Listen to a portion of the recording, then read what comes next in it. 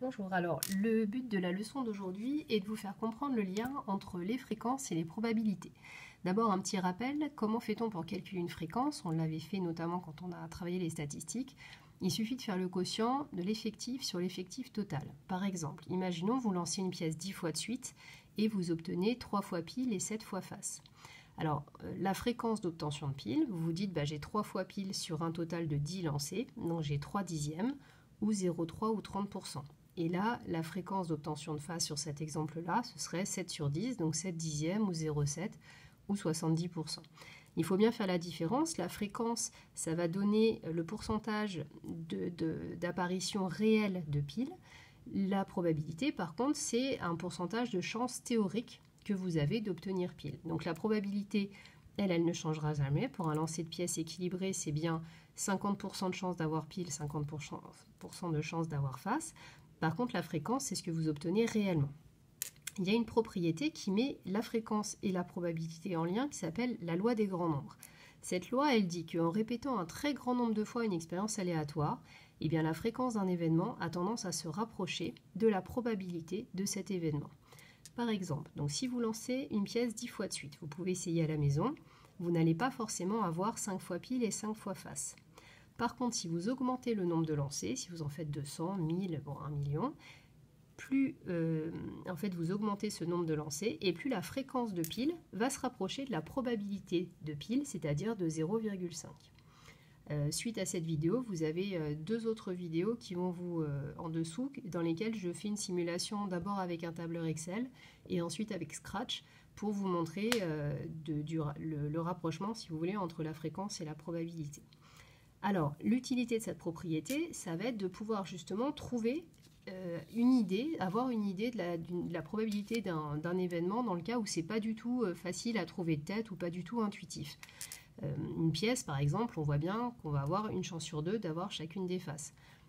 Pour un dé équilibré, vous avez une chance sur 6 d'obtenir 1, une chance sur 6 d'obtenir 2, etc. C'est facile à imaginer. Par contre, imaginons qu'on lance une punaise et qu'on veuille connaître la probabilité qu'elle a de tomber dans cette position ou dans cette position. Et bien dans ces cas-là, c'est pas du tout intuitif d'essayer de trouver ça. Donc comment est-ce qu'on peut faire pour trouver ces probabilités?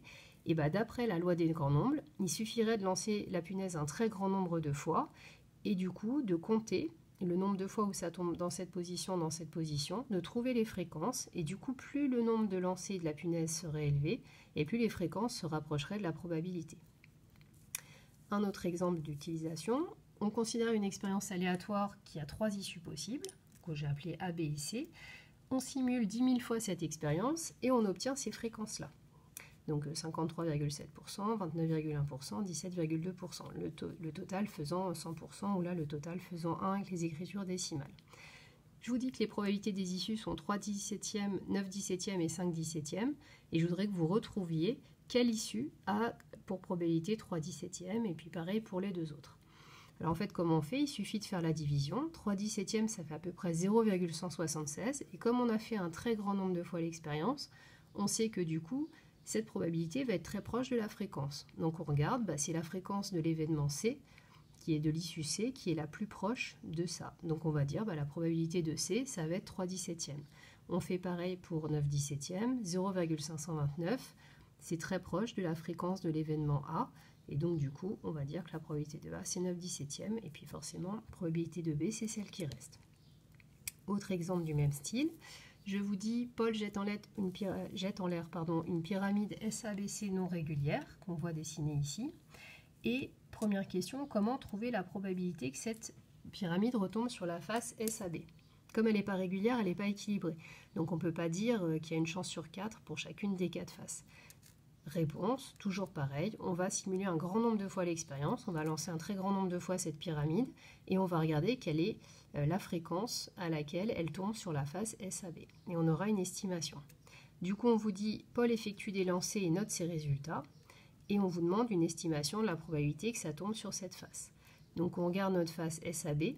Paul a obtenu 6487 fois la face SAB. Donc Paul, il a visiblement pas grand-chose à faire de ses journées, puisque quand on calcule le nombre de fois total où il a lancé la pyramide, en additionnant ces 4 résultats, on trouve 10 000. Donc il a fait 10 000 lancers. Et donc la fréquence, c'est 6487 sur 10 000, ça fait 0,6487. Étant donné que le nombre de lancers est très élevé, la loi des grands nombres nous dit que la probabilité qu'il obtienne la face SAB va être proche de la fréquence. Donc on peut estimer que la probabilité qu'il l'obtienne, c'est environ, parce que là par contre c'est pas exact, ça se rapproche, c'est environ 0,6487. Maintenant, je vous laisse regarder les 2 vidéos qui suivent et ensuite vous pourrez faire les exercices qui sont sur le même thème.